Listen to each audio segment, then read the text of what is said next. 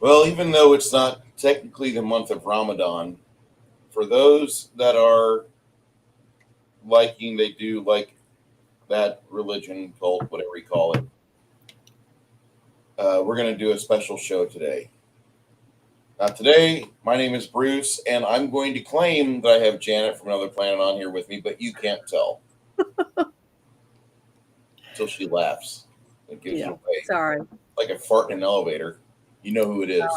I'm. This is how I'm dressed for today. Um, Welcome to A Girl, a Guy in a Movie, episode something, something, something. And we just watched Not Without My Daughter with Sally Field and Alfred Molina from 1991. Hmm. And this is kind of a hard watch. Yep. It was tough. Yeah. Now, right before we started doing this, we had to have some laughs, and Josh was with us. So I showed Janet the donkey story from the Unsubscribed podcast. Yeah. And I feel so sorry for Muslim kids that got to watch that version of Shrek because that doesn't end well. All right. This is my first time watching the film, Janet. Mine too. I was I've I never was watched stuck it. right here. I was planted right here watching this movie, and I thought, "Holy cow, this is great!" Hungar, my favorite T-shirt maker. Love you, bud, and I hope you're doing well today. I hope you're outside of the hospital. If you're not in if you're in the hospital, I hope that a nurse hears my plea and she smothers you with her titties. I mean, gives you a close hug and puts her face in the pillow. Did I say that? I want you to have as an enjoyable life as you can, man. Hungar is a brother to our good friend James, the dungeon master.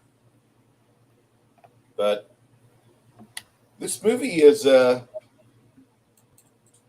kind of a rough movie to watch. It kind of starts off, for those who don't know, it's based on a book written in '87. Hmm. And then in The movie '91, came out in '91. Yeah. yeah, in '91, they released this movie. But there's a cultural thing going on in America right now. We're having, uh, I recognize that fax machines were pre internet because whenever something would happen, Hmm. my dad or my aunt or my uncle would bring to me a stack of faxes they got from their friends, and it was whatever culturally what relevant was going on. Like Hmm. there was the picture where it showed the Scud missile launcher. This is back in 1991. Desert Storm was going on, and it showed a camel that had swallowed a missile, and there was a Muslim behind him, supposed to be an Iraqi. There was somebody behind him with a giant mallet that was going to break the camel's balls on a tree stump and Hmm. thunk the missile out of the camel's mouth. We used to get these all the time. Before the internet, the people that worked in an office had one joy in life, and that was it. They would get funny jokes in the faxes from their friends, and they'd have to hide it from the office Karens at the time because there were people that they wanted to believe that Chipper Gore was a nice lady, and the PMRC wanted your kids to listen to healthy music, wholesome Hmm. music. But we got a stack of anti-Muslim, anti-Iraqi pictures, and I just decorated the refrigerator to my mother's disdain. And I would come home every day and I just laugh. I loved it. And then I went to school because I was a sophomore at the time, and I took some of the papers with me to school. And then they had a parent teacher conference. That goes well. You know how that is. Hmm. So mom was really upset. No more of those came into our house. You go pick up some Chinese food? Okay, you're not in the hospital. She was walking down to the Chinese restaurant at the bottom of the hospital, which that actually would make sense if they had Chinese food in the hospital. It's not going to fill you up. Hey, Josh.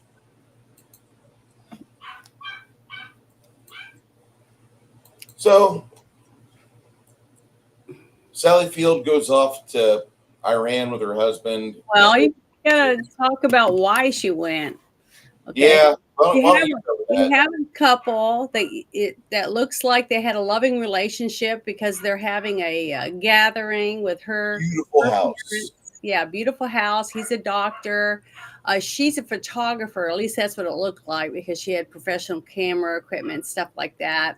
And they've been married. We don't know for exactly how long, but it seems like a while. And they have like an 8-year-old daughter. And she's fishing with her dad, and it looks like a regular happy family, and her mom and dad are there, and they're cooking, having a cookout, and talking about different things that's going on in their lives. And um and then it was a couple days later, the wife comes in the bedroom and the husband's sitting, comes out of the house, and the husband's sitting in the grass listening to like a boombox, and it's playing like some opera music, really, really beautiful opera music. And she goes out there and he turns it off, and she said, "No, leave it on. I want to hear it." So she says, "What's wrong?" They start talking, and he's talking about how he misses his family and things like that. And that's when we find out that he's from Iran, and that his mother, he misses his brothers and his dad and his mom and things like that. And that's what the whole story comes up about. Oh, we need to go see him, and the wife is saying, "Well, why don't we have your mom come here or whatever to visit?" And he says, "Mom doesn't travel." He's making all these excuses. And she tells him, "I don't want to go there to visit because I'm afraid of things that are going on there. It's not safe." And she says that she doesn't want to take her daughter there, that this type of stuff.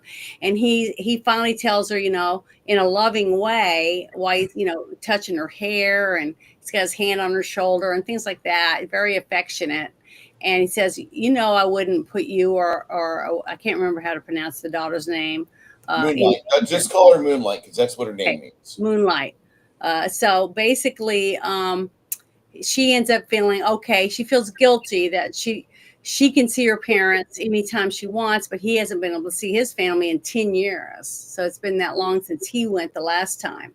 So they've never seen their daughter and things like that. So she decides, okay, I'll go. And she even covers her hair and everything when she's at the airport, being respectful for him, that a good wife to him, basically. But they're all there, and then they're all surrounded by all these people, and the men have the things on their head, the coverings, head coverings, and the women are wearing burqas. Basically, everything's covered except their face. Their hair isn't even showing or anything; it's just her face. And she's like, and you can see the daughter is very overwhelmed, and the mother is, holding the daughter, and then the dad takes the daughter, back and forth, that she's overwhelmed by all the noise and all the people gathering around them and stuff.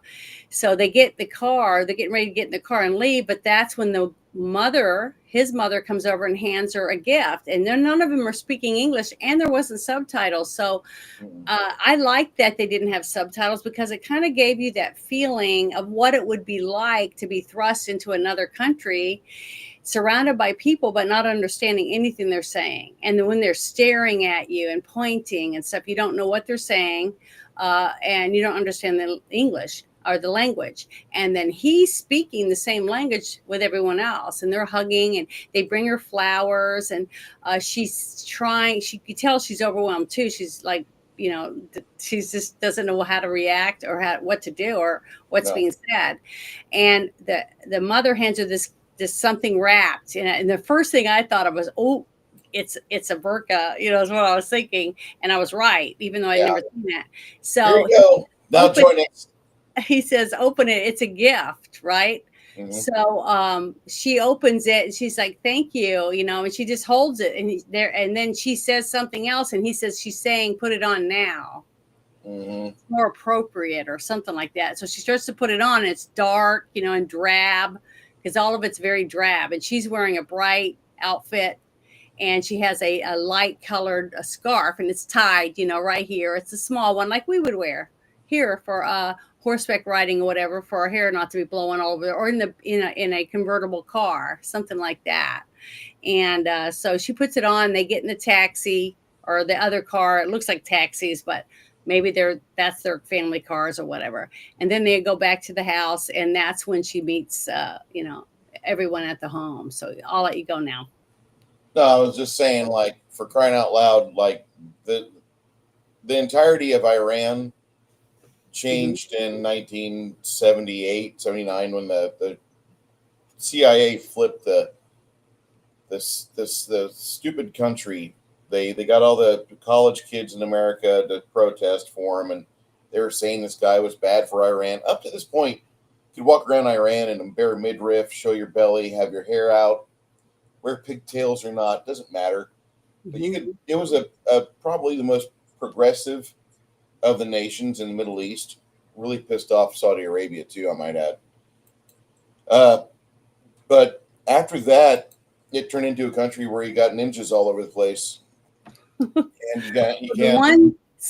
the first scene where I got like, scared for her, okay, was when they, right after they got home, they all went to go to, I guess the market in town where the whole family goes, and they're getting food and stuff to welcome them, for coming, and they're all excited and hugging the granddaughter, and she's really overwhelmed and crying for her mom and stuff because she doesn't understand, what anybody's saying either. You got to remember, nobody speaks the language except for the father. Nobody speaks this whatever the Iranian over there. Yeah, whatever. I don't remember what it's called. Forth and tries to teach them. She's, disheveled, and she's trying to take care of her daughter. And all of a sudden you see a car pull over, and a woman with a M16 basically comes running over to her, yelling and screaming and pointing the weapon at her. And she's like, what's going on?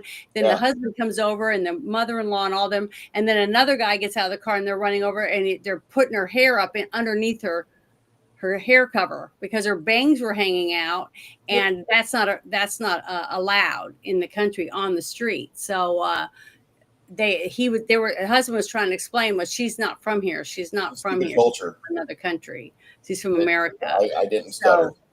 That was very scary. So that was very overwhelming for me because of the in your face, trauma of not understanding the customs, which was terrible on the husband's part to not inform her, this is what you got to do. Because at least she covered her hair. So he told her she has to cover her hair or whatever. And then he tried to give her the excuse that, I haven't been here and it wasn't like that when I left. So I don't know if it was real or not, because as the movie progresses, we realize that he lied about everything, basically, to her. Everything that came out of her there because he wasn't ever going to leave. He was going to make her stay there. But according to some Muslims, they tell you that it's permissible for a Muslim to lie to an infidel. Yeah, to you find out that's an actual fucking verse or surah in the little shitty book, the Quran. Yeah. But by the way, this for the first time, we've been sponsored by APAC. Okay. So this film is it's a rough watch. And I believe I've got a clip of it because I don't believe in YouTube and their terms and conditions at all. So we'll just play the whatever that's called, that fair warning or whatever. No, I'm just going to blow this. Lives of ISIS. It's only 3 days till the beheading, and I've got no idea what I'm going to wear. Abdul seduced me online. He had me at free healthcare. So this is my 6th marriage. I've been widowed 5 times. 6 times. I'm so glad I've moved over here. It's everything those guys on the chat rooms told me it would be. And it's full of so many wonderful surprises. Didn't have to do this in Birmingham. Bullshit. Are you ready, girls? Yeah, hang on, I'm recording it for Instagram. Gives you a little idea. I think Ta-da! What do you think? I'm meant to surprised me with it yesterday. Suicide Hashtag vest. OMG, hashtag Jihadi Jane, hashtag death to the West ISIS emojis. Oh, babes, I love it. You look gorgeous. She looked massive. You're gonna need a lot of Semtex to kill that one.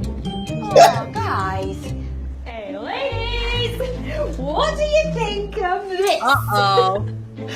They both have the same outfit. That's not What a good. complete bitch. She knew I had that jacket. Copies everything. Copied this. Oh my god, it was so cringe. Hashtag matchy matchy. It's times like this I wish I'd never moved out here. Coming up next week. He won't stop talking about his 40 virgins. Why can't he be happy with me? Ali bought me a new chain, which is 8 foot long. So I can almost get outside, which is great.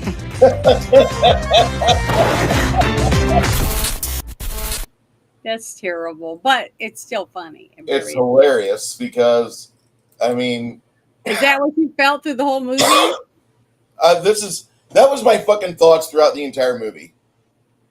Like, I'm so glad I live in a free country where I can make fun of a goat fucking theology. I swear to fucking God. And then I turn on my Twitter today, and there's a guy going around these little crappy bodegas in Houston telling him that he got 30 days to stop selling pork and beer. I'm like, this guy's going to Yeah, I bodegas saw and that. It's saw really that. neighborhoods. Did Like, you share that with me? what white people are going to go there anyway? He's not selling pork and fucking Bud Light or Modelo. Mm-mm. He's selling the garbage food for the garbage people. I mean, the squiggle people occupy the poverty-stricken areas. I mean, God bless them. I love it because they're in Houston. Maybe it'll flood someday. Well, I don't know about that. I don't know if that's going to flood or not. But I'm trying. I'm praying for rain. The I'm whole doing thing- something.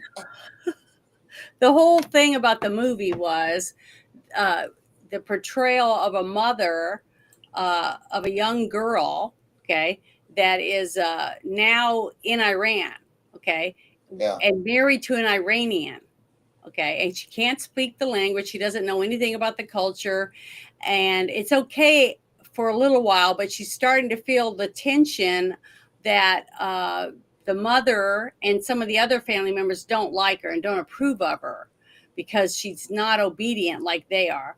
Well, for the one thing that stood out to me was when they had dinner in the house, they had no table. Everybody sat on the floor, which I think is in their Terrible. You have customs to or prop whatever. yourself up.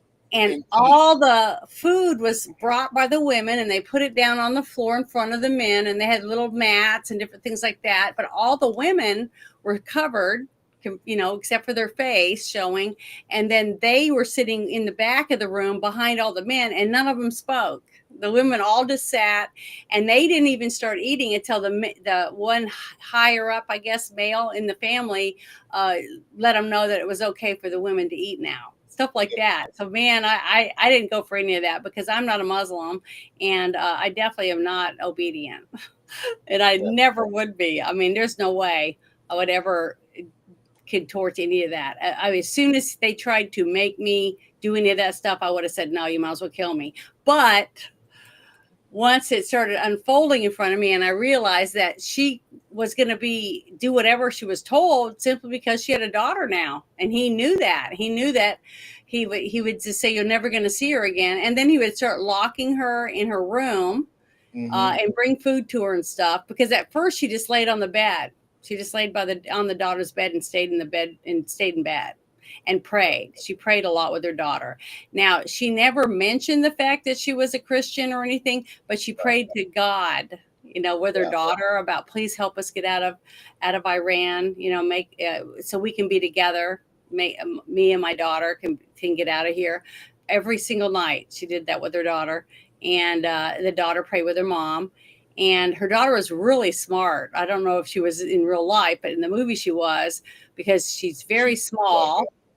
And her dad would carry her around, but her dad in the movie was a very big guy, and she would ask questions about everything. What's this sign mean? What's that mean? Why are they doing this? All the different questions constantly, because her mother had asked her to please ask as many questions as you can. So when it's time for us to leave, it'll help me understand better what everything says and what everything means and whatever type of thing. And what was really scary when I really realized it was bad was when that she was told there is no American embassy there. Mm-hmm. So she can't even get out and get to the embassy and at least stay there. Because what was his name? The one guy, the internet guy that stayed in the embassy to keep from being arrested. He's real famous. Can't remember what his name is. We know who you're talking about. WikiLeaks. Snowden. WikiLeaks guy. Snowden. Yeah. No, the other one, the WikiLeaks guy. Julian Assange. Yeah, Julian Assange. So I felt bad because then I realized she couldn't even go there because they didn't even have an embassy for her to go to. No. To try to get away. So, and then as it progressed and it got worse and he started beating her when she wouldn't do what she's told. We're talking about punching her in leaving. the face. Talking about Yeah. going home. Yeah. Whenever she talked about leaving. So she finally found some people that would listen to her and explain to her the rules, basically, that he never did, and plus, I don't think she would have believed him anyways, even if he sat down with her and told her stuff after this time where he's abusive to her and stuff. When the woman at the one place, embassy or whatever that she did get to go to, the Sweden embassy, that's what it was. Mm-hmm. She told her that you would have to get divorced to be able to leave him because you're not going to be able to leave if you're married to him because he owns you. He's the ruler. You have to do what you're told, whatever type thing. And she said, well, how do I do that? And she said, then me and my daughter can leave. And she goes, no, you can't take your child. Nope. Your child has to stay with the father. The father's the only one that has rights when it comes to a child in Iran. And I was like, you gotta be effing kidding me. I got really pissed off when I heard that. And it was devastating. I just was brokenhearted for her because I didn't see any way out. I didn't see her getting out of there because his whole family was spying on her. She couldn't do anything. She couldn't go outside or anything in the house or anything without him telling everything that she talked to or anything she did. So the movie makes some omissions on things. I'll just say that. Mm-hmm.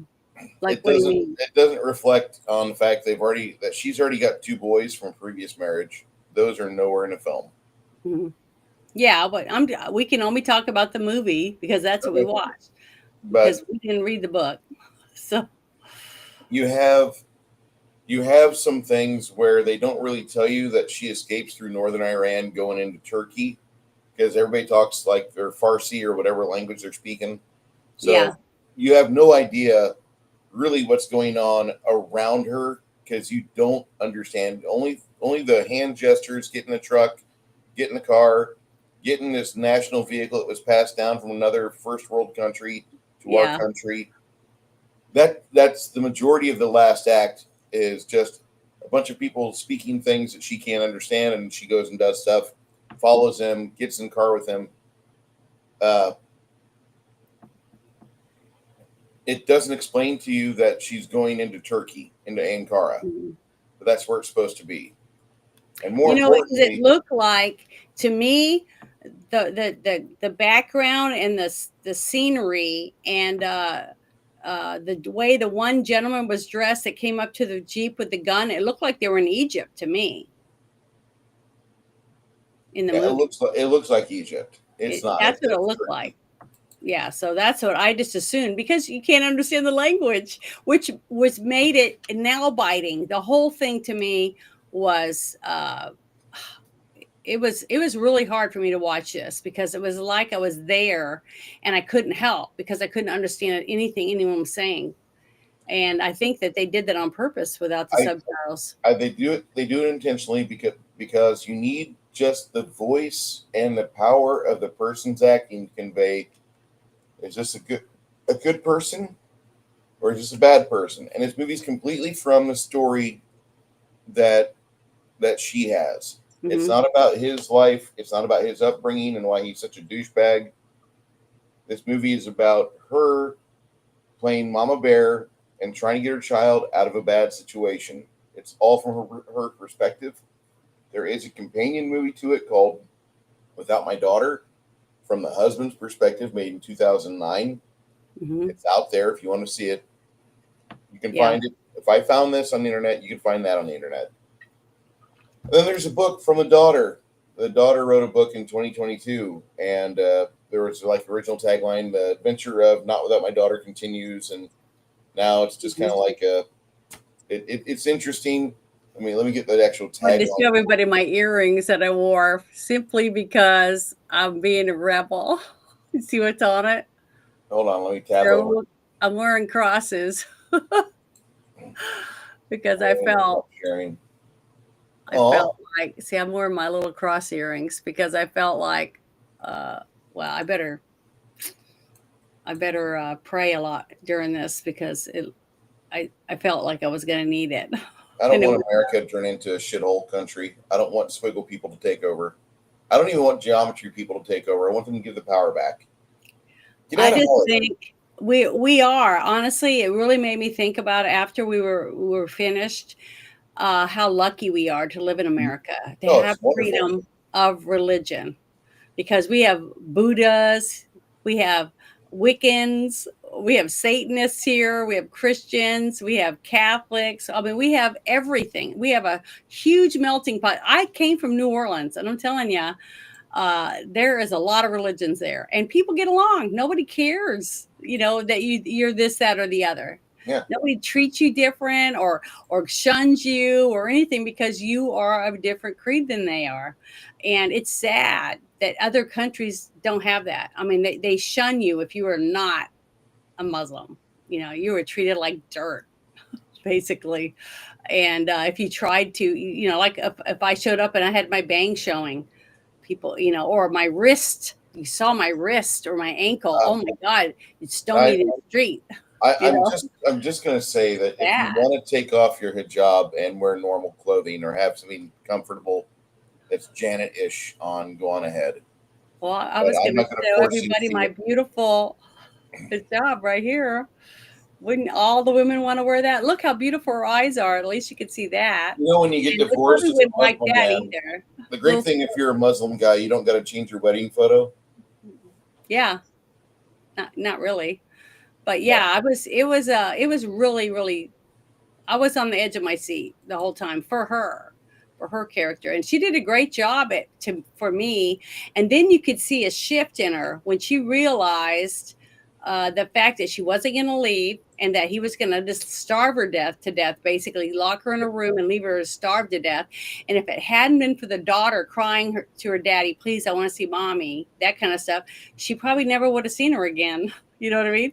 No. Because he didn't need her anymore, because he realized that she didn't want to be with him because of the situation she was in, and that he was having to force himself on her, which, they probably didn't talk about that at all. They didn't show any of that stuff. But boy, she looked like she took quite a few beatings, you know what I mean? She In got front of all hammered the and other people, and nobody does anything nobody because gives a shit women about it. are pieces of meat, Yeah. basically, that you You're just just a say, oh, vagine well, on legs. yeah, kick you to the Bob's and curb. vagine. Show Bob's and vagine. So, yeah, I'm sure that if you go on Twitch, that's all you hear. Show us well, Bob's and vagine. You really just need a still suit. it was heartbreaking for me to watch her, because it was over a long period of time, because they said 6 months later. 18 months for the Yeah. total time. Yeah, and what's sad is what really got her to going, I got to do something. I can't, I got him desperate, and went after that gentleman and the shopkeeper, right? That one shopkeeper that had the men's suit store. And he overheard her talking, and he waved her in, and she went in there, and he said, you can use my phone anytime you need, right?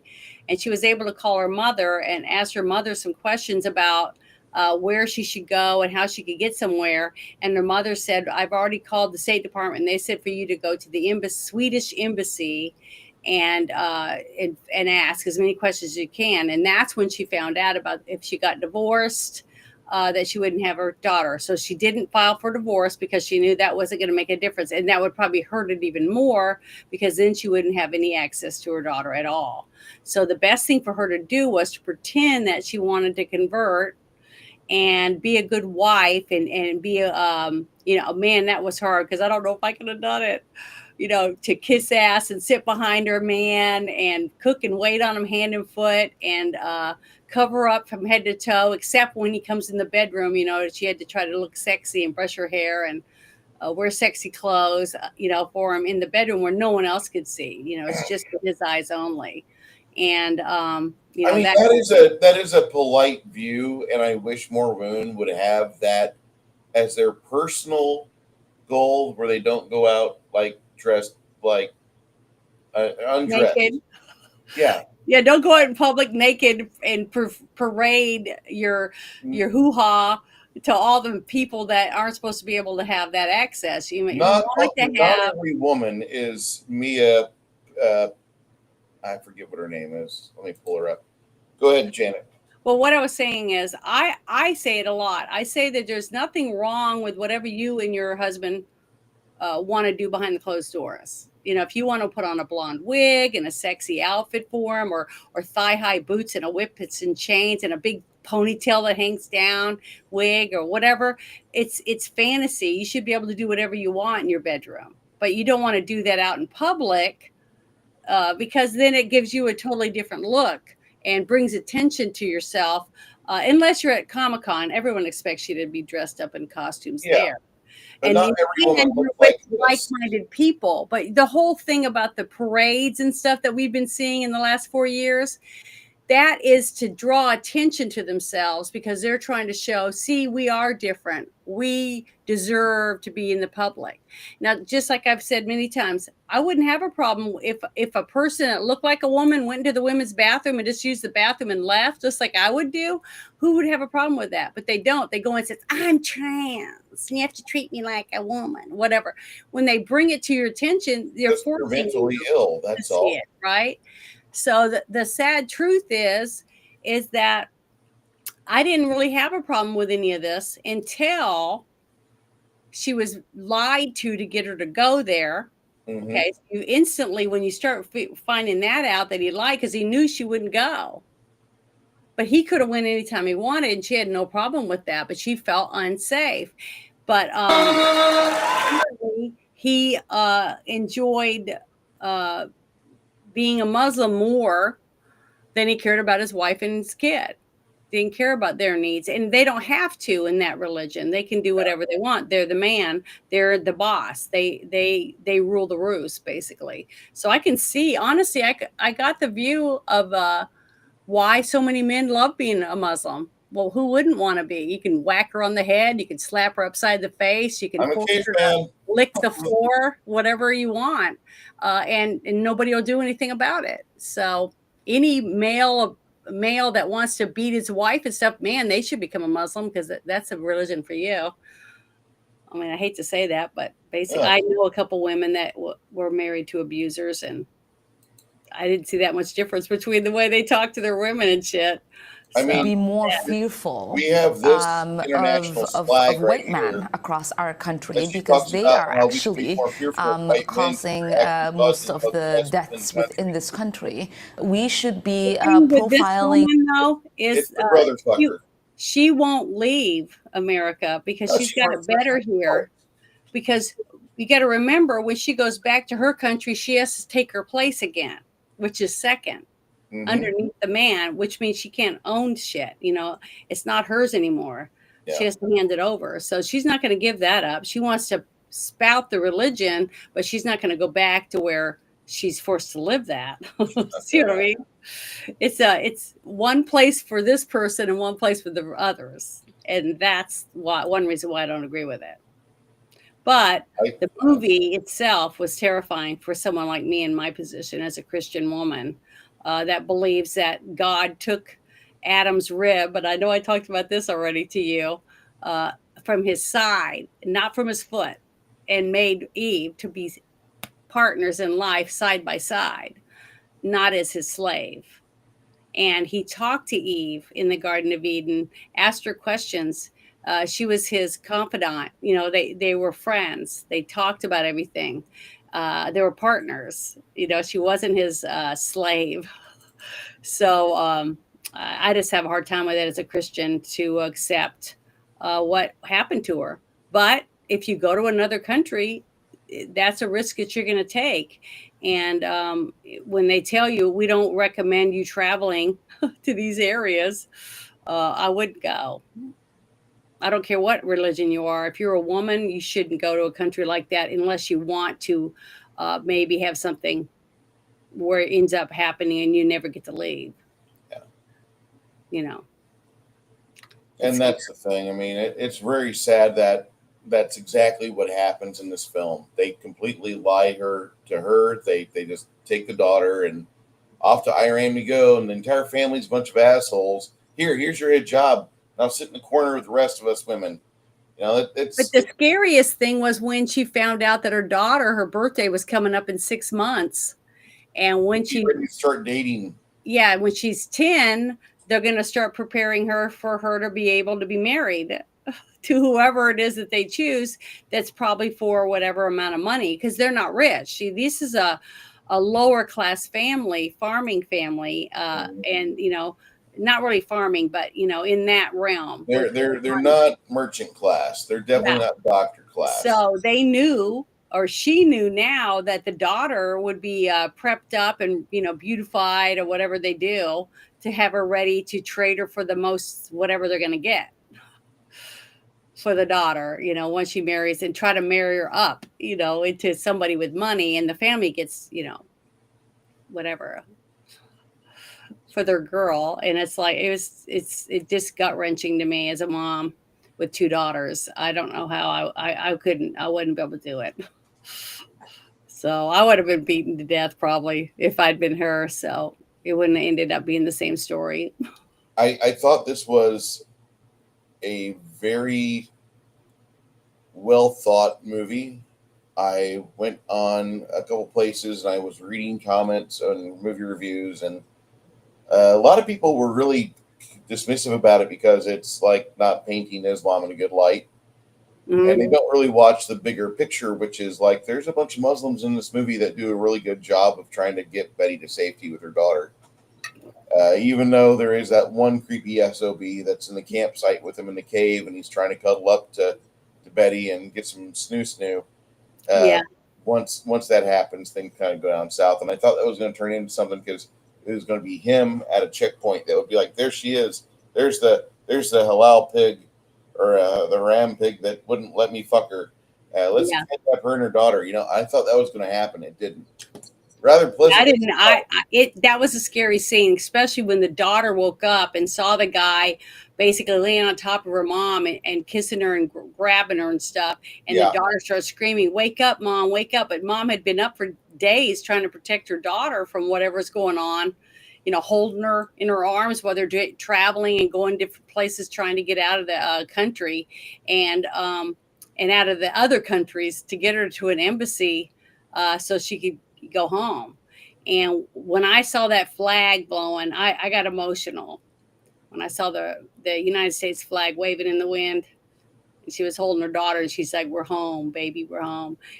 That was moving. Big relief. Especially in the day and time that we are right now, where we're seeing so many of our rights just being blown away, like they don't mean shit.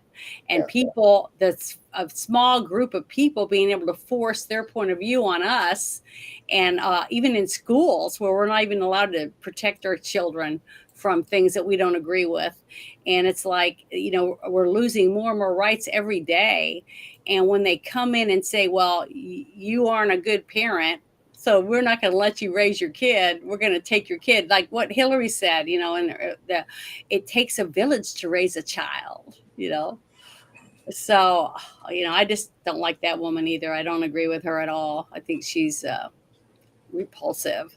But, that's my point of view, But it was heart-wrenching. This was a really hard movie to watch as a mom. So if you're a mom and you don't want to feel like you want to be a mama bear big time, don't watch this movie, because that's exactly what it made me feel like. It made me want to call my kids and give them a big old hug. When your daughter gets home, you get a chance to give her a big hug. I am definitely going to, because I tell you, it's tough. This is a really, really hard. And and I'm hoping there's a lot of men out there that don't want to see that happen here. But when you're looking at the news every day right now with what's going on in New York, for a mayor of New York City, isn't New York City the biggest city in our country? Sadly. Okay, well, just think about it. With that many people are wanting to vote for a Muslim to be the mayor, and there's a couple other little towns that have Muslim mayors. After what I've seen happen to London, with their Muslim mayors, and some of the places in Canada that have so many Muslims in it, they're losing the culture, American culture. When a person comes to America, like we were saying, they don't assimilate. They don't learn the language. And when you have a generation, 3 generations of people that came over the border that are being paid for and taken care of by us and our tax dollars, and they still haven't even tried to learn English. The generation that first came over is still not speaking English. That tells me they don't like this country. They don't want to be Americans. So why'd they come here? I don't understand. I don't understand why they came here in the first place. So when I hear stories from my ancestors that came from, through Nova Scotia, through Ellis Island and all that stuff, they talk about how they only had a few dollars in their pocket and one suitcase between for the whole family, that came, a family of 4. Yeah. And I look at some of the stuff, the censuses, all different kinds of documents and stuff that I was able to look up on MyHeritage. And it's just really wonderful. And it's like when they saw the Statue of Liberty, they just said it was the most beautiful thing they'd ever seen, a sign of freedom. And you go back and you read this stuff from your ancestors, and we lost that somehow. We've lost our sense of freedom and what it means. Tell us we get to see that. No, I want to see it. Yeah. Damn it. This is one of my favorite videos. I'll post the link in chat, but yeah, don't watch the video per se. Just read the fucking comments. The comments are gold, and it'll give you hope that America can still be free. Well, that it's starting to shift away from the people that are wanting to make money using the term that he's a white man and he's an Islamophobe. Yeah. And he hates me because I'm a Muslim. The funny thing about that, when you got me to watch that video, was how did the guy know when he's coming up behind her and she's driving like really, really slow? Okay. And there's a school bus and other vehicles all behind him, and he's trying to get to work apparently. And so he comes up behind her and he's allowed to pass. That's one of the rules in our country, is if there's a dotted line, that means if it's open, you can go around. It's illegal. It's legal to do that. But since she doesn't understand the laws of the way our country works, but she has a driver's license for some reason, she thinks the guy's trying to assassinate her because she's a Muslim, when he doesn't even know she's a Muslim. He's passing a car on the road. It has nothing to do with her. It's just the fact that she was slow. That's it. And then she tries to run him off the road because he tries to pass her. And then when he pulls over and he's like, what the fuck? Rolls his window down. She throws all that water on him. It just escalates because she has no idea what she's doing. She doesn't understand the rules of the road in this country. And she needs to have not had a license at all.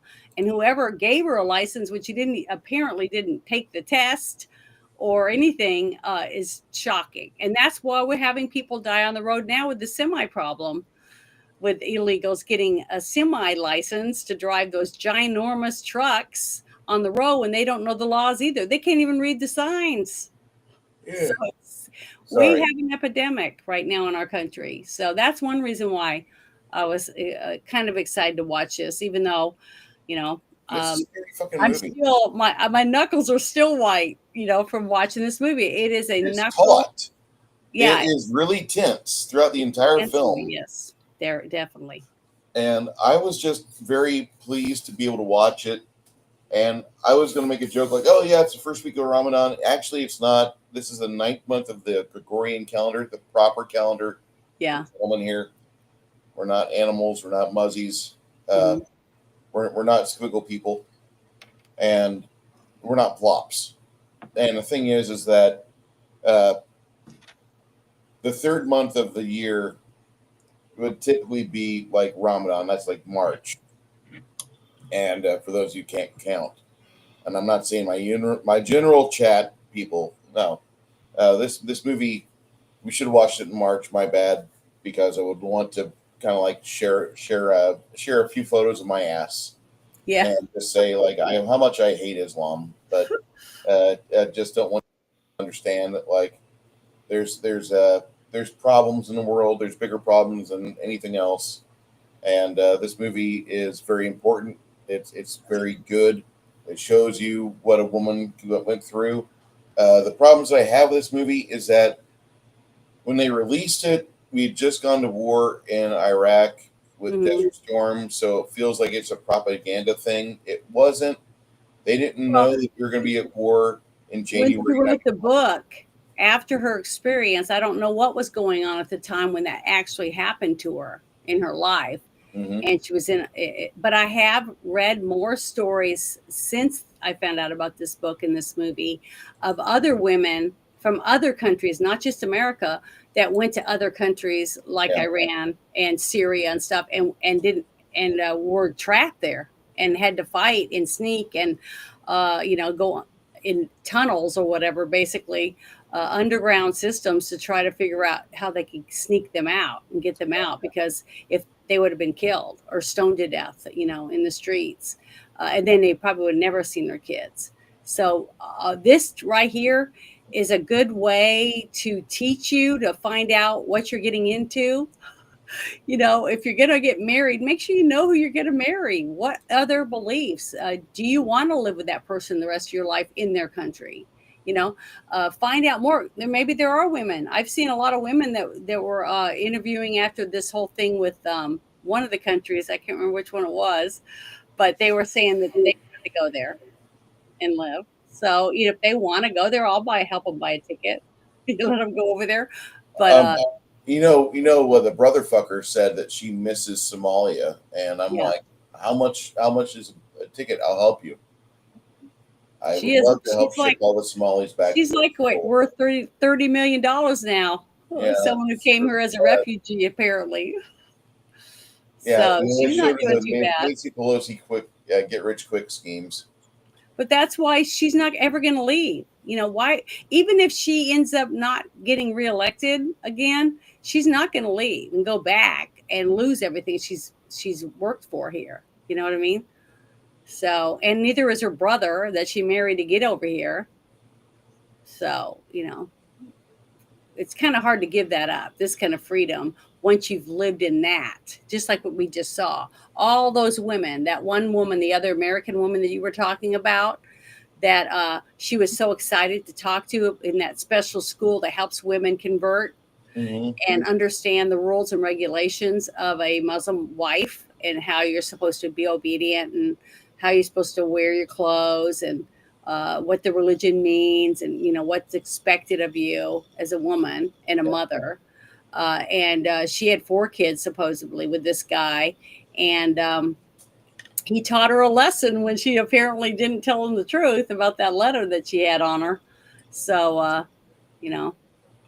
she quite a valuable lesson at that. Yeah. I don't know. This movie should be shown to more kids, especially as we integrate more people from the sand cultures, from squiggle places of the world. I'm just happy that we can call them squiggle people, and I'm going to call them squiggle people the rest of my fucking life. I don't understand what that means, but look at their fucking writing. Because of their writing, the lettering. Writing. That's exactly it. Okay.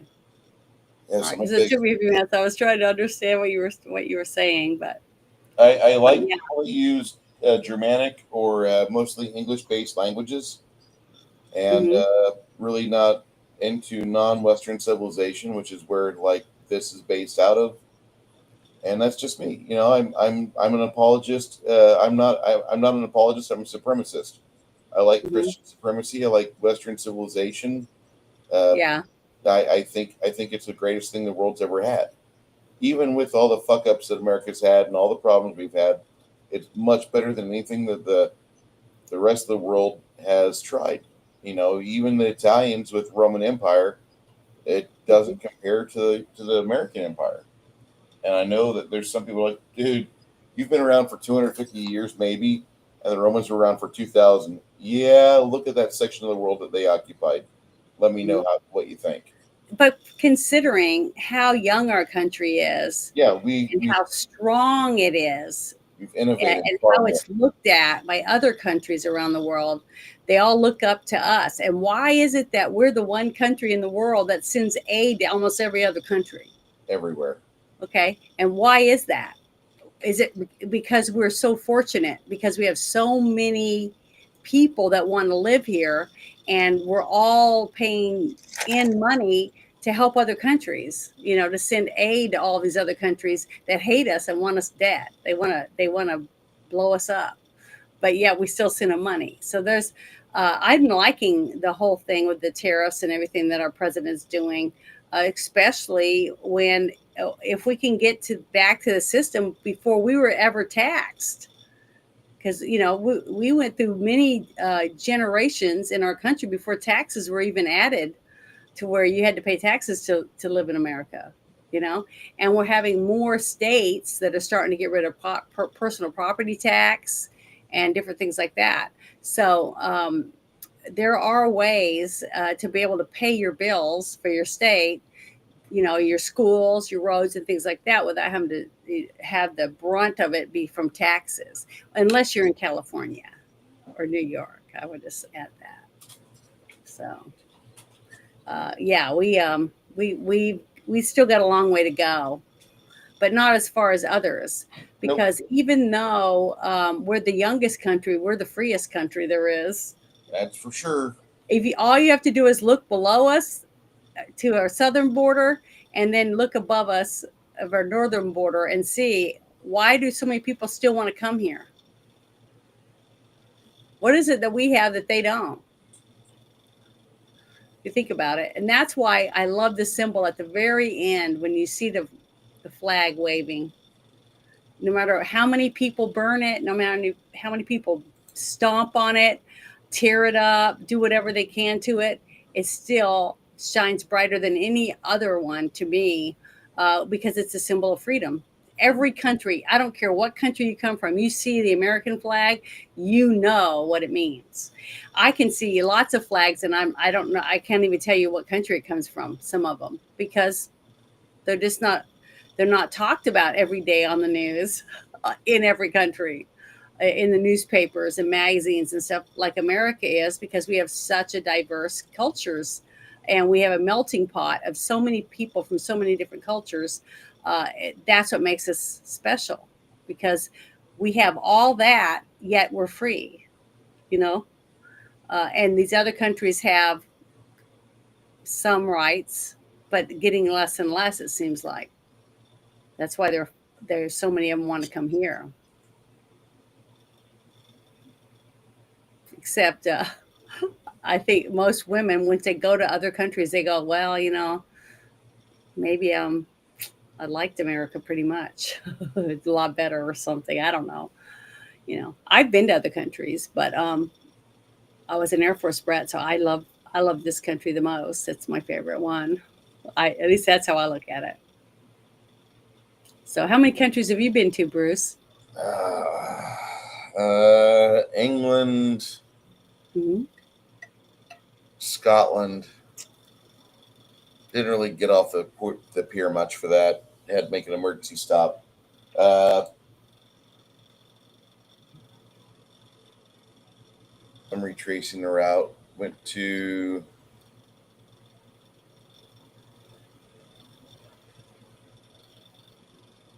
Brest, France for a week. Mm-hmm.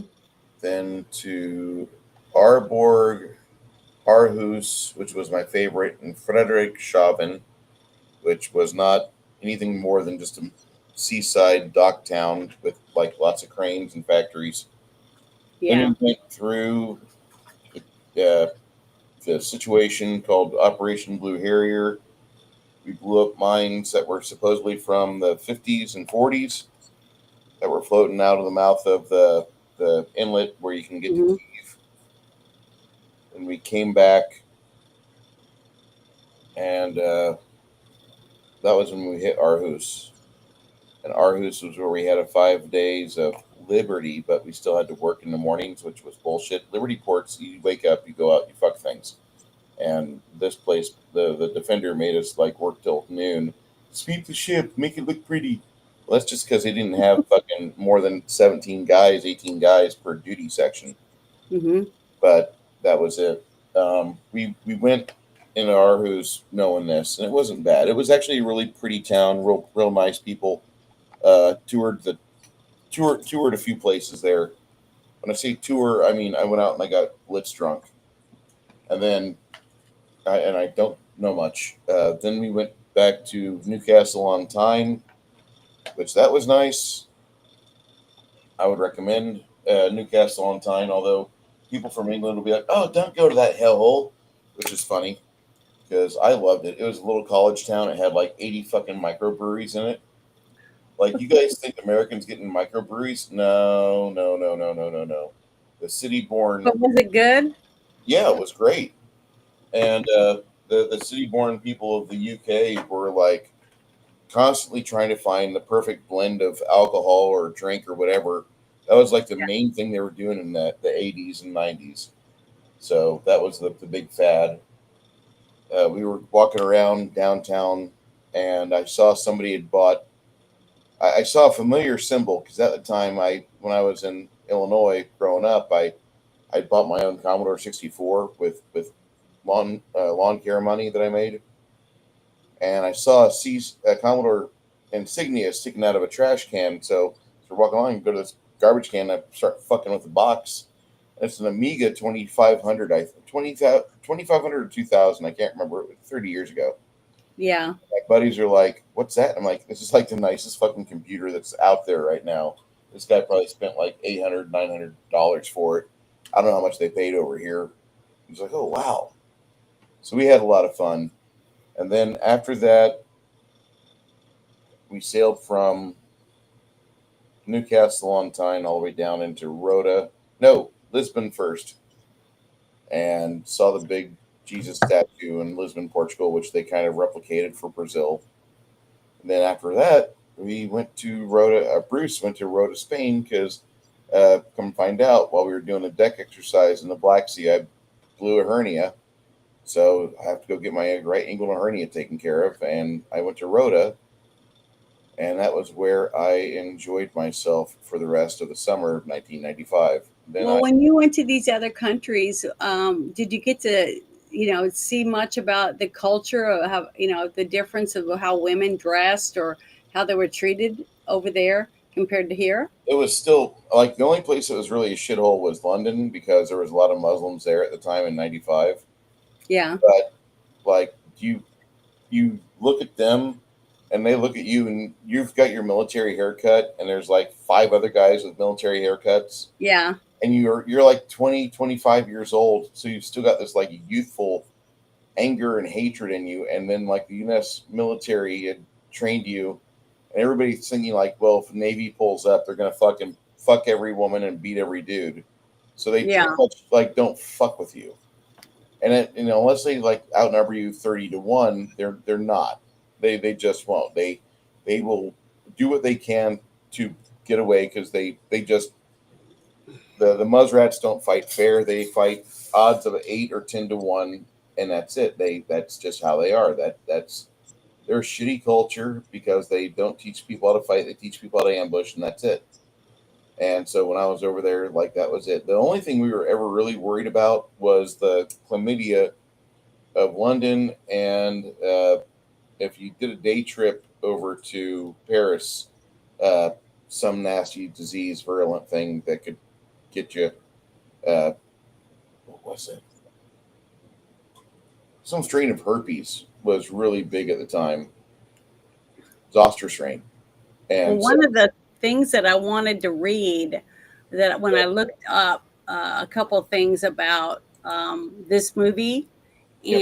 and how the other people, the women and men, looked at Betty's character when she got there with her husband.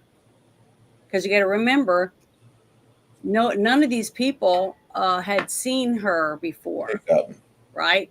Yeah. He had went home one other time, but it had been 10 years earlier, and none of them had even met the wife or their new daughter, which was she was 8 or 9 at this time, because she was almost 10, old enough to be wed or whatever, betrothed, or whatever you want to say that. I mean, a lot of them always want to go for like 6. They want to introduce them to their supposed new husband at 6, and then let them get married at 9, just like they did Aisha.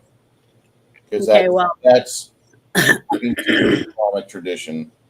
And if that ever happens in your family, make sure you buy. I recommend a Vermeer wood chipper, because they can break through about a 2.5-inch diameter bone pretty easily. Well, with the representation I got when I was looking for it after we finished watching it today, it said, as a woman, she's an occasion of sin. It is forbidden for her to reveal so much as a lock of hair in public. The other members of her husband's family make little effort to communicate with her, other than to give her orders or to repeat religious truths. They are interested in her only as the mother of her husband's child. Her role, as it appears, is the infidel mother of an Islamic daughter. So she went there, and he knew that she was going there. He was taking her there against her will, if it needed be. But he couldn't force her in America, so he had to lie to her. He had to tell her that, he missed his family and whatever else, even though he already knew he'd been fired from his job, and he wanted to go back home where he would be treated differently, more manly, and not be picked on at work or whatever like he was, because of supposedly what the tensions that were going on, between our countries. And so he was like, you don't love America. Remember the conversation he had with his daughter when she said that someone asked her if her dad was an Iranian, that type of thing, a little girl. And it happens to kids at school. And whether we want to believe it or not, our children talk about stuff like this with their friends, especially if they think, it's a bullying tactic or whatever, that they stand out, or their mom comes to school wearing a hijab, that type of stuff. And so I can understand a little bit of that part of it.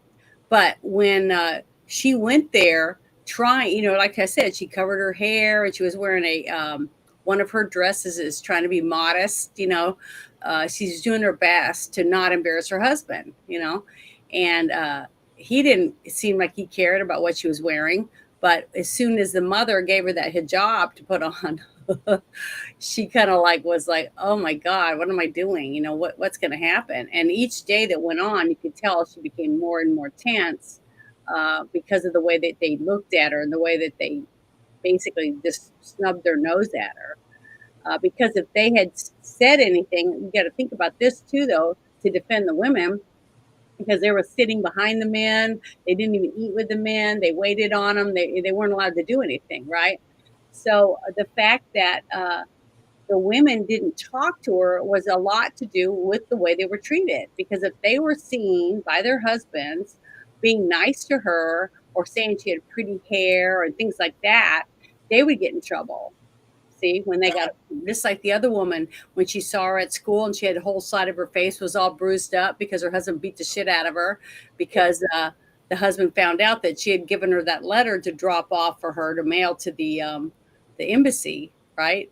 And she didn't tell her husband. And that's when the husband said to her, you did this to her. It's your fault because you gave her something and told her to keep a secret from her husband. Wives don't keep secrets from their husbands here like that. So the husband can say whatever the hell he wants, but the wife has to be honest about everything. She has to tell him every detail about what goes on in her life, or she gets the shit beat out of her. Basically. So, I could see why some men would think that's a great way to have a life, to have an obedient wife that does whatever she's told at the snap of a finger, right? or else she gets a boot up her ass or in her face. So I can see why it's appealing. I really can. Because I've met a lot of men that like to slap their women around. Just imagine if it wasn't where they had to worry about it. If there was no one to call, if you lived somewhere and your husband could do whatever he wanted to you, and he could pass you around to his friends, and you couldn't do shit. Couldn't call the cops or anything. So I know I don't want to live there. I wouldn't want to live in any country where a woman is a piece of meat, not a person. So I was heartbroken for her. I was devastated, and the fact that she went through all of that, because she could have left at any time, basically, if she'd left her kid. But as the kind of mother she wasn't about to leave and leave her daughter there with We have received a gift donation, and one of the greatest coaches on the internet that we've got right now. He's in his quote unquote amateur years. This guy's really a journeyman coach. Mm-hmm. His name is Keto Simple. Keto Simple on Sunday mornings. If you're up with your loved one, I recommend you go into his chat and you say hi, because him and his wife have a fun little chat where they talk to everybody. Yeah. And they tell their story, and they're on this health. They're on the real health kick right now. Yeah, they're really cute when they're both on there together. Oh yeah, I enjoy those streams, and I don't always say something when I'm watching it, but I love it when they do stuff as a husband and wife. It's fun. So there's this video that he does, and he talks about various types of keto friendly chicken tenders. Now, moms out there, who doesn't want chicken tenders be keto friendly? Mm-hmm. I mean, he goes through the whole stages of steps. It's a 20-minute video.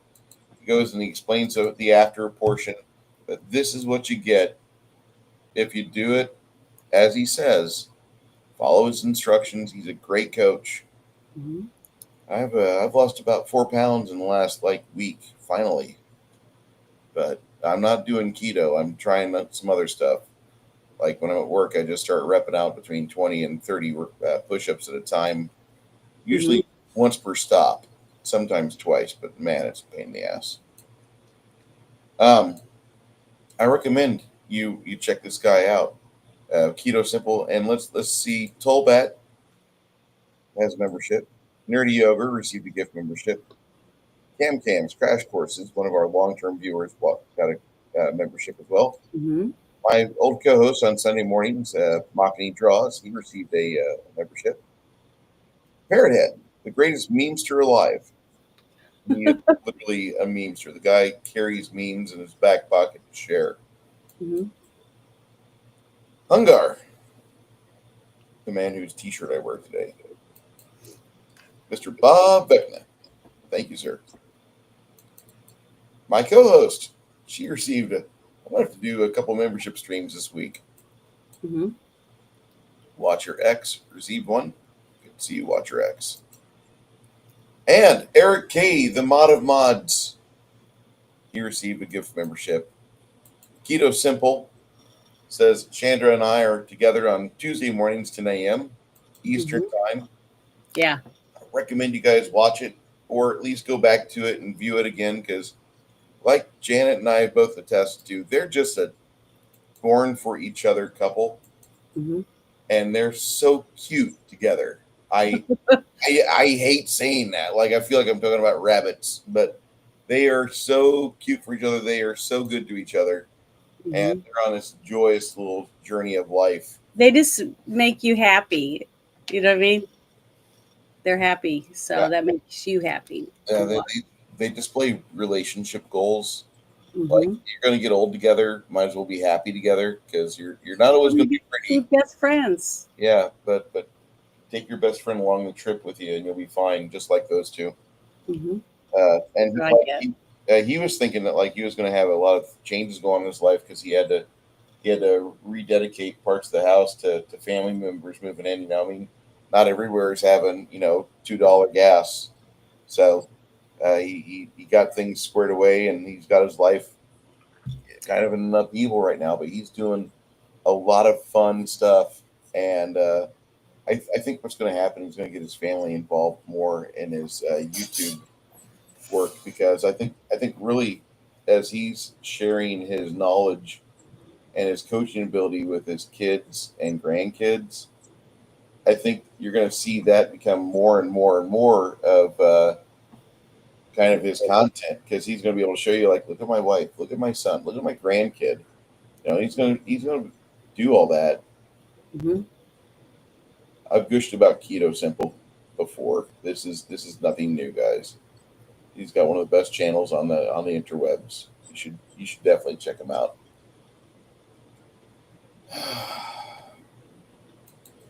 It's channel But there. so what scene in this movie did you find that was the most uh, re- rememberable because it's still going on today? Uh, I What is actually, it? Like I 40 actually, years old? this movie is 34 years old, and the scene where Sally Field's in the office with all the other ladies, and then the war between Iraq and Iran comes home, and she's there for front and center. Yeah. Uh, that was probably the part that just, like, oh well, I guess it's 84. That was what I thought, because I had just been reading some stuff on the Iraq Iran war at the time, and Hmm. there's a part where he blames America for being involved with everything, and I thought, that's not nice. We were throwing equipment there. We weren't putting people on the ground at the time, but we were definitely putting equipment there. I liked it. I liked it a lot. Uh, I liked the movie a lot. I didn't like the fact we're in the middle of a war that somebody else had started, and now here we are to clean it up again. Seems like Yeah. that's how it always happens, right, Janet? You got to send your kids off to work as. It's like it never ended. You know what I mean? It's Yeah. like as soon as they say this is done, it's still going on. And then the next thing you know, after I thought we were done in Afghanistan, we find out that they pulled all these people out and left them millions of dollars Billions. of stuff there. You know, Millions. I was shocked over all that stuff. So it's like it's all of it is ridiculous to me. I don't know why we're even involved in any of that shit. Do what we're doing. Use our boats. Take out people if we feel like they're going to be a threat to us. They're coming to our country, or they're bringing something here. Get rid of them. Yeah. But for us to be over in another country, fighting their war for them, I don't agree with that. I think that we should. It's none of our damn business. How many of them? I'll put it this way: how many of those other countries that we are constantly spending money on and constantly over there helping them come here and help us with drugs or any of our problems? I will say None. there is the occasional time where you'll see, like, Ireland or Scotland get involved with the aid effort, but Hmm. it's not very often. Those are countries that are having trouble, Hmm. so they're not going to give you. They're not going to give you aid every way every day. That's just how it is. So I don't know.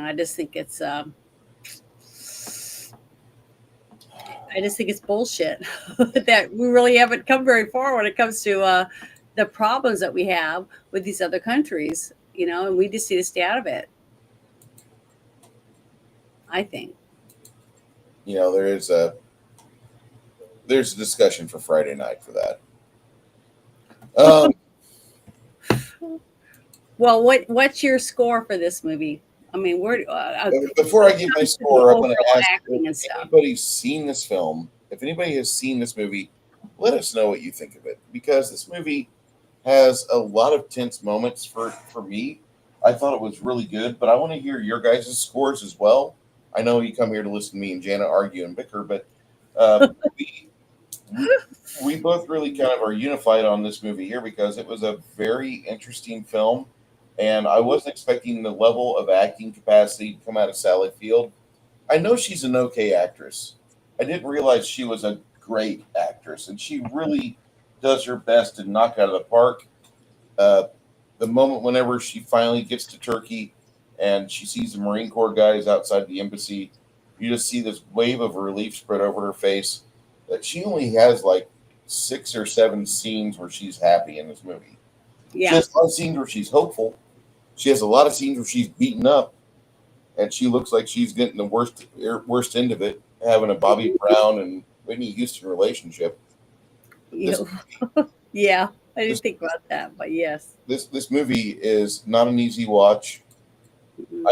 I think if you are moving to Battle Creek or Dearborn, Michigan, you should have your family watch it because that's what you're getting ready to move into. Well, it's not just that.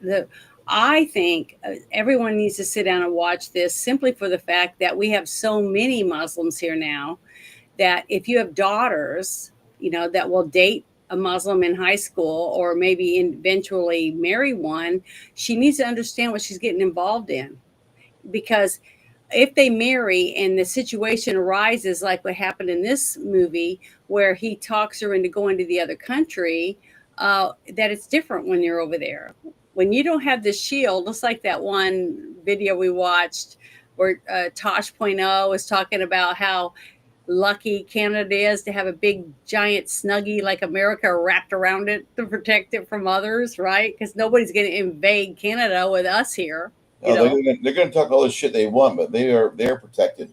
Yeah. They're a So protected class. basically, a young woman who marries a Muslim here and she gets to go to McDonald's and wear her shorts and her bright colored leggings and, and dye her hair purple or whatever she wants to do. And pierce her nose. She can do all these things here because she has those freedoms.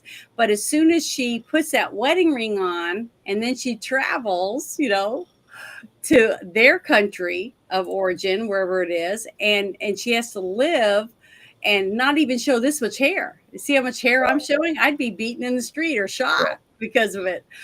So you'd have to look like this basically every day, and on top of that, you can't drive, you can't go anywhere unaccompanied by a male. She won't be ready for it, and unless she understands that you need to read the Quran, go to some classes, take some courses on what you're getting yourself into. It's the same thing with becoming a Catholic. You have to take classes and stuff to be able to convert to marry a Catholic. I mean, I think there should be more rules for any couple that are going to marry to understand what they're getting into.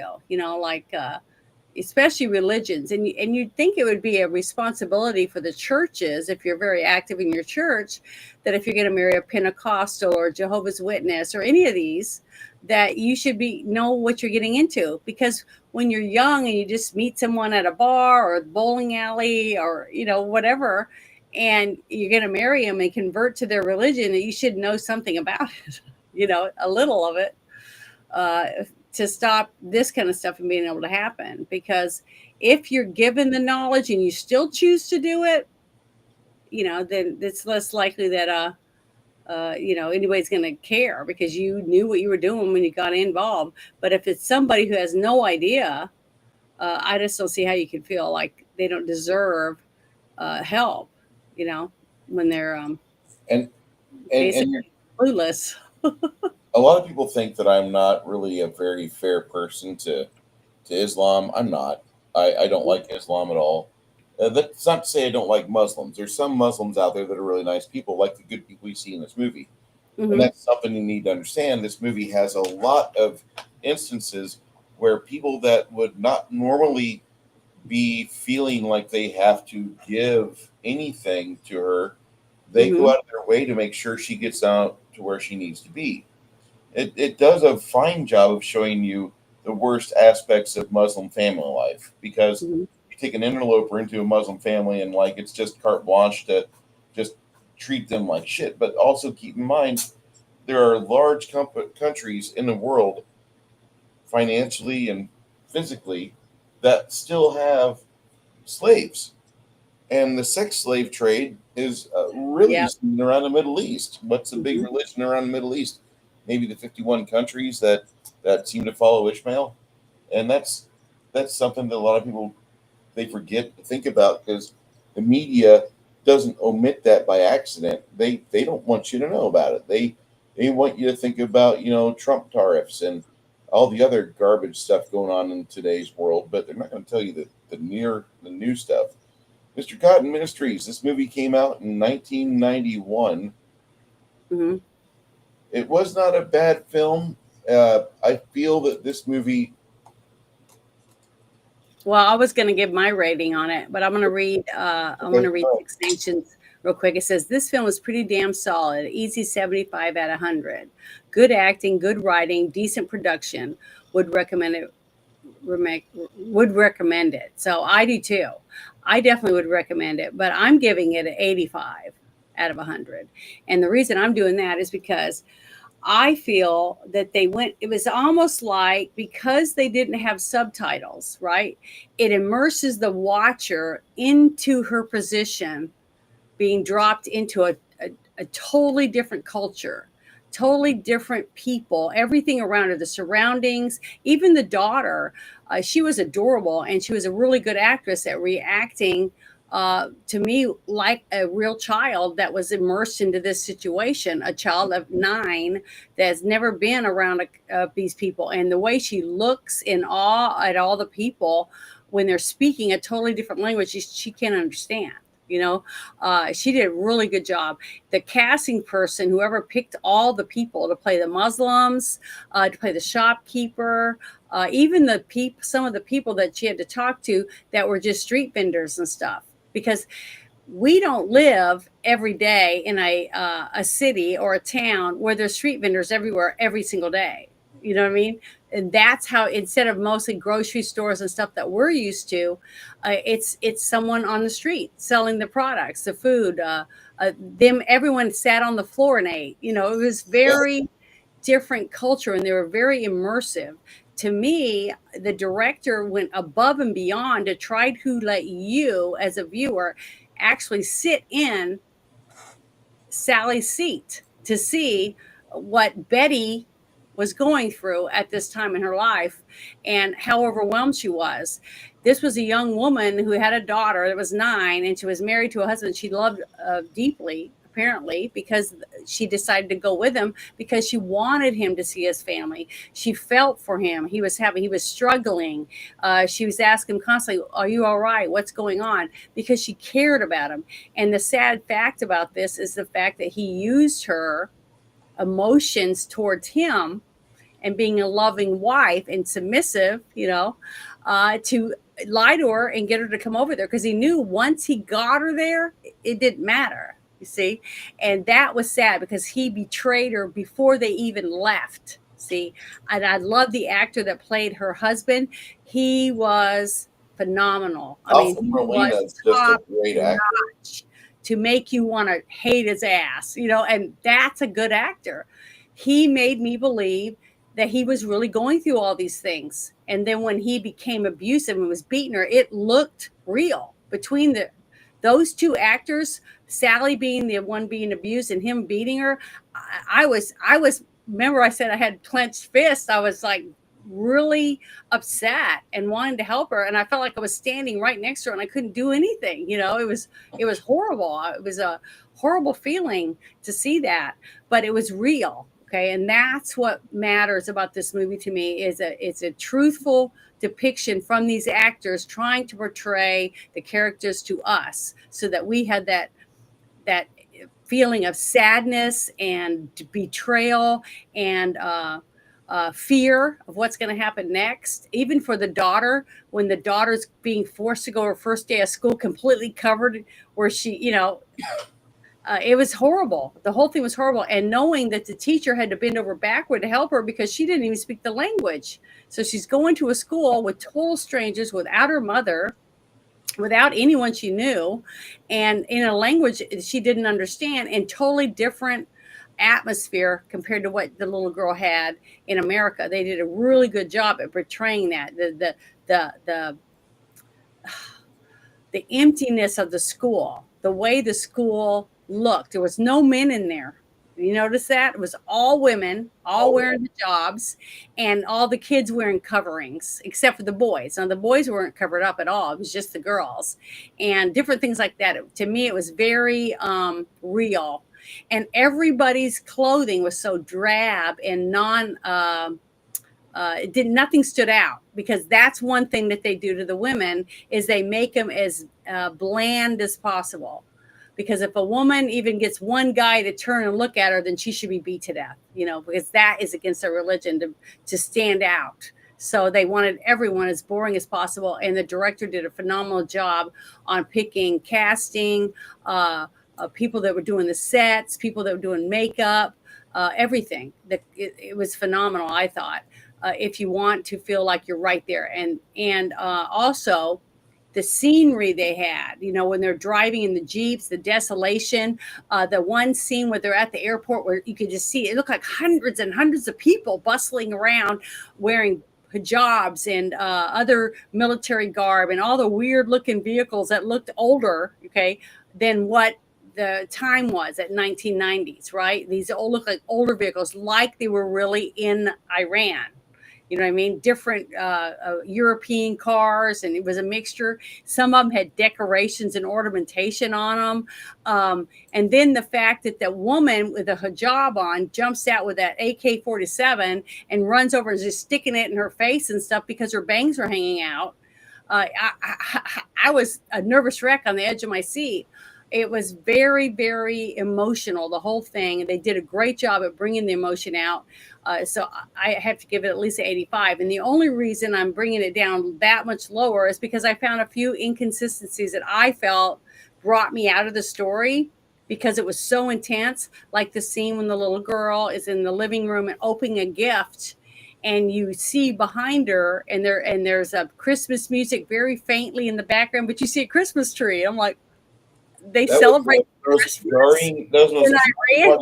They don't celebrate Christmas. Yeah, that was like definitely shouldn't have been in there. I don't know why they put that in there, but that was, and that pulled me out of the scene because I was trying to understand, where are they? Did they leave Iran? I was, just little subtle things like that I don't know, that I had a hard time dealing with.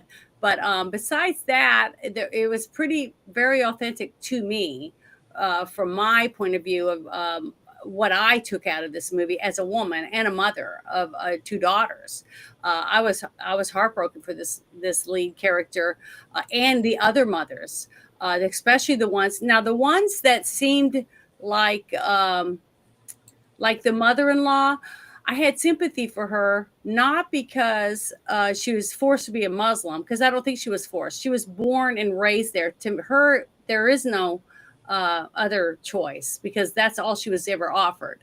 So if you're raised somewhere and you're never talked to about any other religion or any other food or clothing or anything like that, what you have in front of you is what you're used to. It's like me. I was raised at Air Force Base. I was used to hearing Reveille every morning. I got used to things because that's what I saw. So when I would go off of the base, like when we were in the Philippines or in Guam or some of the other places, it was totally different. It was like two different worlds that I got a slight vision of the life they lived. And then I had a totally different life. And I understood how lucky I was. I grew up knowing, man, I am a lucky kid to be an American and get to live like this, and they get to live like that. Because I remember in the Philippines, and I was a young girl, getting to go to the Nipa hut, or one of our maids made clothes for us, and she did all kinds of stuff. And basically, my parents paid her, and she almost paid for everything for their family because of us being able to, but we had 5 kids. So my mom needed help, right? My mom had a job, and my dad, was in the Air Force. So getting to go there, though, and see that they had a little area underneath their Nipa hut that they opened a trap door and they threw food down there for their pigs, and they had some chickens and some other stuff like that.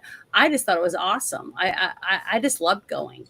And helped, I helped her pick vegetables and do all kinds of stuff. And I thought it was great, but I was very lucky to be in the position that I was to get to see some of the things that I did. And I appreciate that.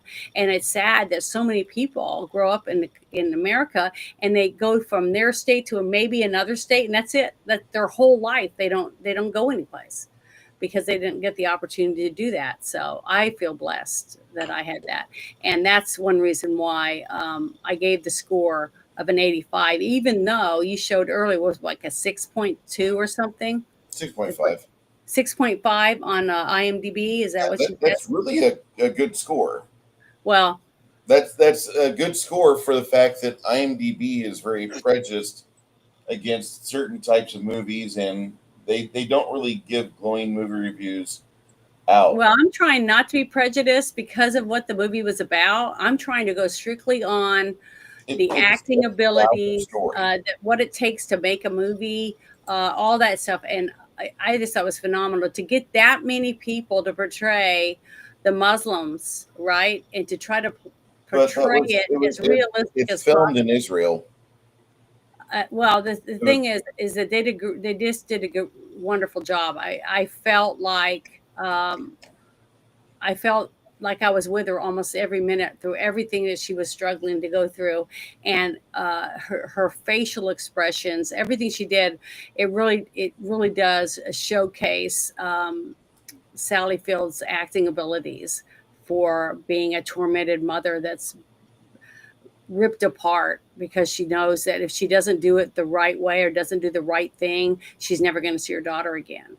And I can't even imagine how horrible that would be to go through something like that. But I'm done now. I'll let you go. I think this movie is an easy 80%.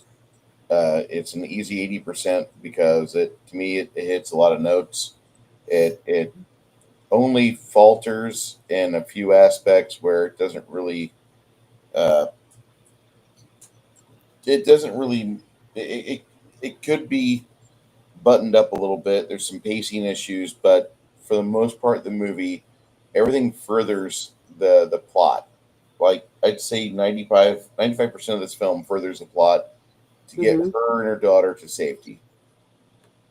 The acting in this movie is amazing as hell. I was very surprised. The entire supporting cast was really good. The young daughter played an ideal role. She played the idyllic little young daughter that's like 5, 6 years old, and she was very well portrayed. Alfred Molina should have gotten an award or something for this. This was really good. His levels of anger, his ability to flip a switch, are crazy good. This film doesn't disappoint me at all. The director was Brian Gilbert, and since then it's had a lot of discussion, some praise, some critical, and that's okay. I think this was a movie that came out and it was a product of its time, literally, because it's trying to show you 84, what's going on between Iraq and Iran in the background. And then you get to see that this movie gets a green light to release, and then we start Desert Shield, and then it goes into Desert Storm, and that's when the movie is actually put out in theaters. So, it felt like kind of like a hit job on not a hit job, but a hit job on some people because of the fact that they're from a Middle Eastern country. And it's not. It's just that it's not our fault that your country is back asswards and makes women dress up in fucking long pajama ninja wear. And I'm not apologizing for that. I never will. But that's just a mistake among the squiggle people, and that's okay. They're okay to be wrong. They also like to live in 130-degree temperatures daily in the desert. That's okay. But that's one of the things I want to add real quick, because of what you just said about them forcing their women to dress that way and stuff. That's because it's a country that's ruled by religion. Okay. And that's one of the things that we are so lucky to have in our country is our forefathers, when they were setting up the rules, basically our Constitution, they were trying to take away those things to be forced upon us to give us freedom. Right. And I think they did a magnificent job. And I'm so blessed to live in the United States of America. I just wanted to add that since you said that.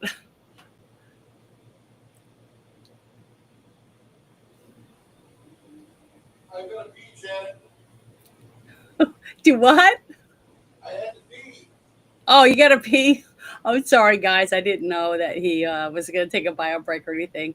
But uh, it was very, very dramatic. This was all the people that they got to portray the Muslim side of it uh, were phenomenal. At least that's how I looked at it. I've never been immersed in a community of all Muslims, so I couldn't say 100% that's exactly what it would be like, but it was believable enough for me to where I was white knuckling almost through the whole movie when she came to the realization that she was never leaving.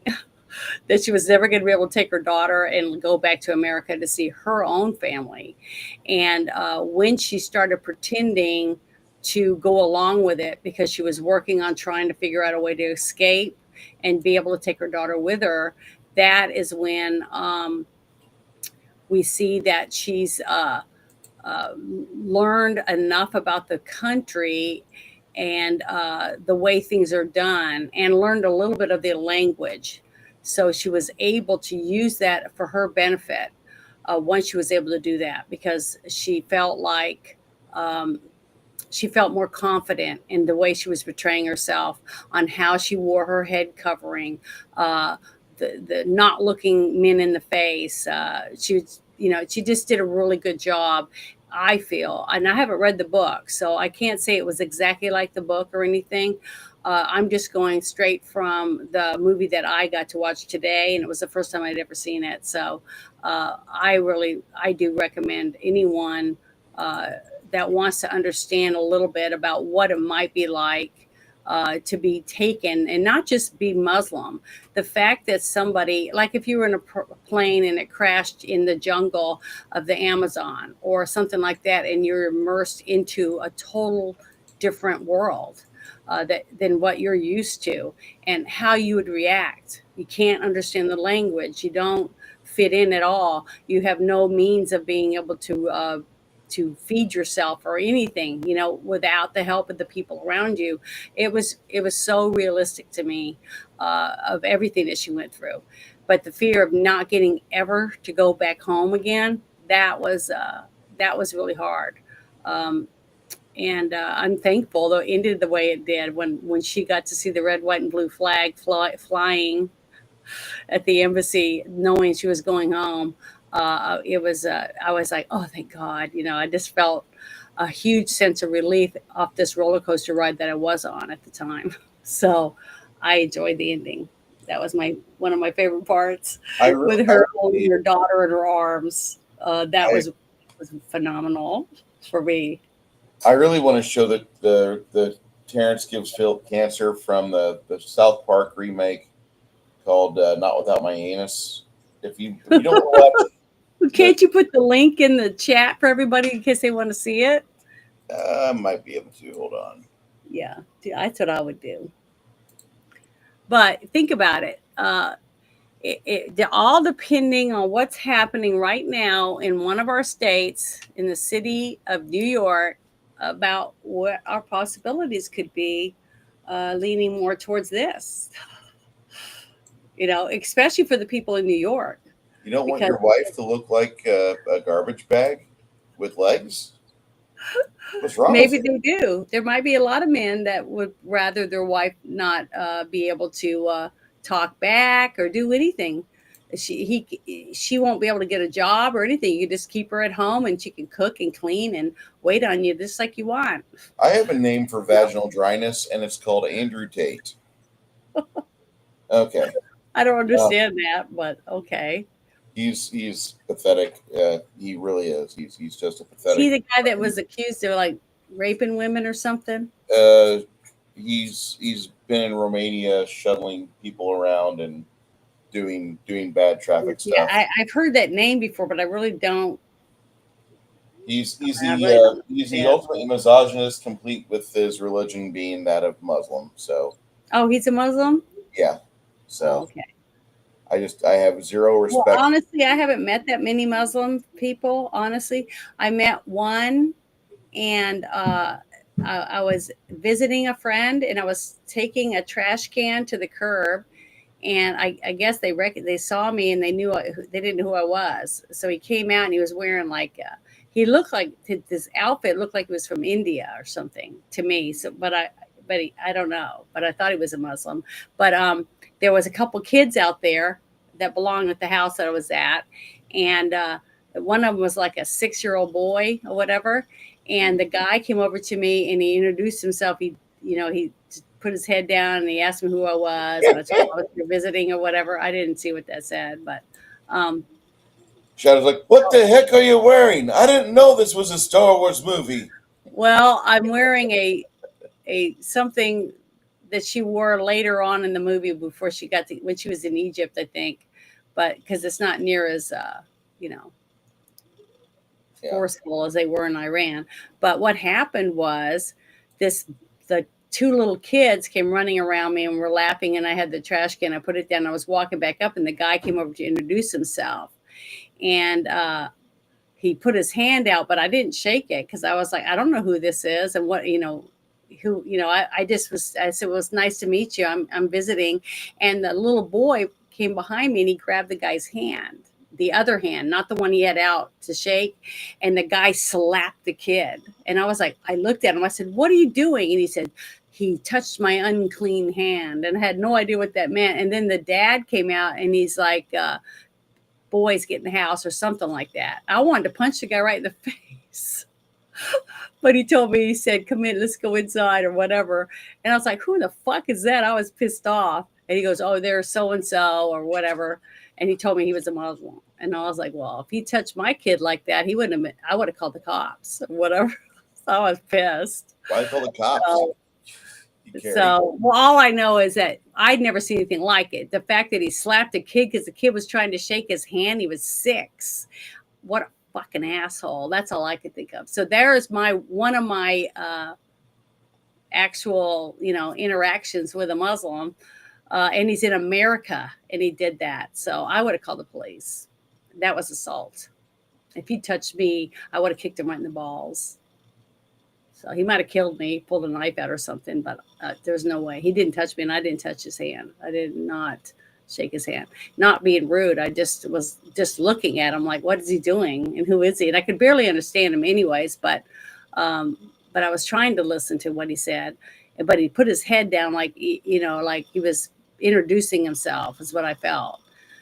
But whatever. But you don't slap a kid up across the face because they don't know what they're trying to be nice in the first place. So I don't know. I didn't like it. So maybe that one incident I had in my life with a Muslim, and that was in Marysville, California. So I was visiting some people in the military. So it was interesting.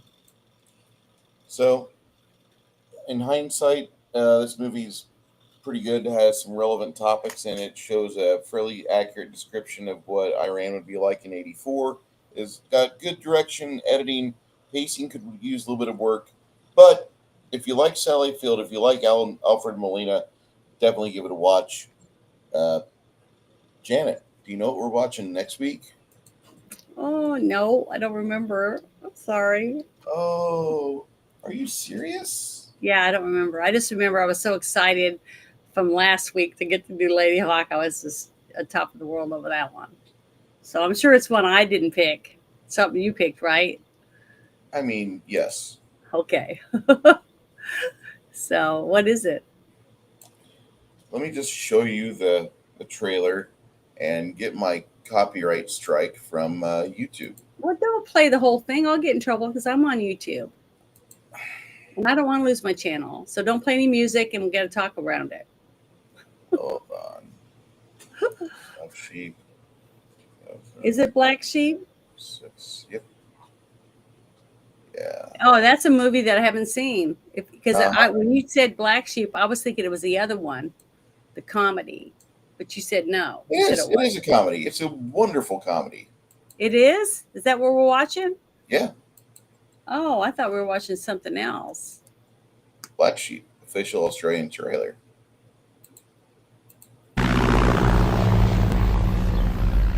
Miles from civilization. I have a dream. Okay, you gotta pause it once in a while. A secret experiment. I don't want to get in trouble. has given birth.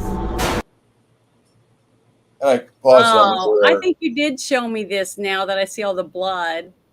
Okay. I think I do remember you showing me this now. To a new So it's breed another really bad B-rate horror It's going to movie. be wonderful. of fear. Bloody animals. Oh, they need to be trimmed up. Boy, they got a lot of wool on them. We go from watching a movie about Muslims to watching a movie about sheep. Well, that's true for you. So There's something wrong with the sheep. Getting revenge. Then What? I haven't seen this trailer. This isn't what I thought it was because I haven't seen this trailer. They take us. Oh, nonsense. I thought it was a serial killer, but it isn't. It's a herd of sheep.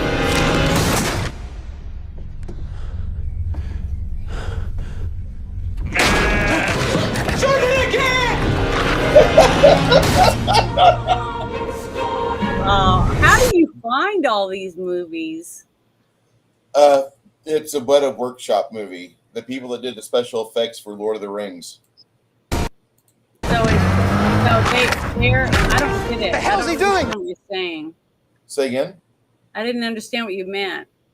The people that did the effects, special are the effects same ones for that Lord did of the the Rings, effects for Lord of the Rings. and they wrote this movie and made your own movie. I don't know if this is their own movie, but I fucking love it. Oh, but okay, so they did the special effects for this They did one special too. effects. At the very least, they did special effects. They might have actually contributed to script because the reveal's coming up.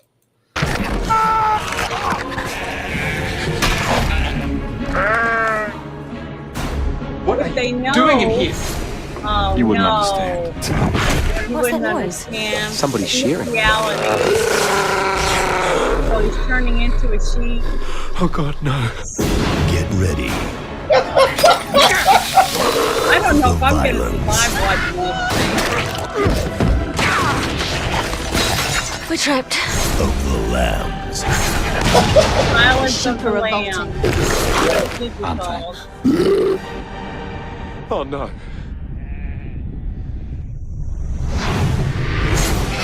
Black So they're like sheep. zombies? They're like There's something in here. something? So they're zombie sheep. Yeah. I wonder what is it? A virus or somebody give them something to cause them to? It's a movie. I have extraordinary taste in cinema, Janet. That's how you find these gems. Jesus. We're gonna have Yeah, fun. I can tell you right now, Six Nations, you spend too much time with Bruce because he's rubbing off on you. The bad thing is he spends a quarter of the time with me that you do, and I still haven't converted you yet. No, it's not going to work. It isn't going to work because you took me to that one website that showed me all those little boxes going across, and I was like, "Where in the fuck do you find this crap?" Tubi. They were all bad Tubi. movies. Every single one of them were bad. I mean, they looked like they were made by 12-year-olds or something. It's That's not part of the problem, Charlene Spade. because your inner 12-year-old is the one that wants to watch all this stuff. My inner 12-year-old is running my body. Yeah, definitely. the- When it Come comes on. to pinball, playing pinball, or going to the arcade and movies, yes, it's your inner 12-year-old for sure. There's nothing wrong with that. No, I'm not saying there is. I'm just saying I can tell, and it's rubbed off on Six Nations. This movie sure. might be better than Velocipaster. Yeah. Terrible. Okay, kids. My name's Bruce. This is Janet. Come back with us next week. We're going to be here talking about the 2006 masterpiece, Black Sheep. Black sheep. See, I was expecting at least one sheep to be black. No. Not all white ones. No, they're all white. Yeah. They all look the same. Doesn't make any sense. But I didn't see anybody wearing, like the right clothing. No. For all the sheep. People, the two of us will be back in action next week. Uh-huh. You guys check out Tubi until then. They've got a good selection of free films. And the best schlock is on Tubi. Thank And you, it's Jen. free, right? free. Yeah. Okay. Well, there you go, guys. And if you need anyone to help you choose movies, just send Bruce a DM. He'll give you a good list of movies if you like that. What you just saw. Your Mother's Day movie going to be G.I. Jane this year? No, we already watched it. Okay. Thank God. I'll come up with something else.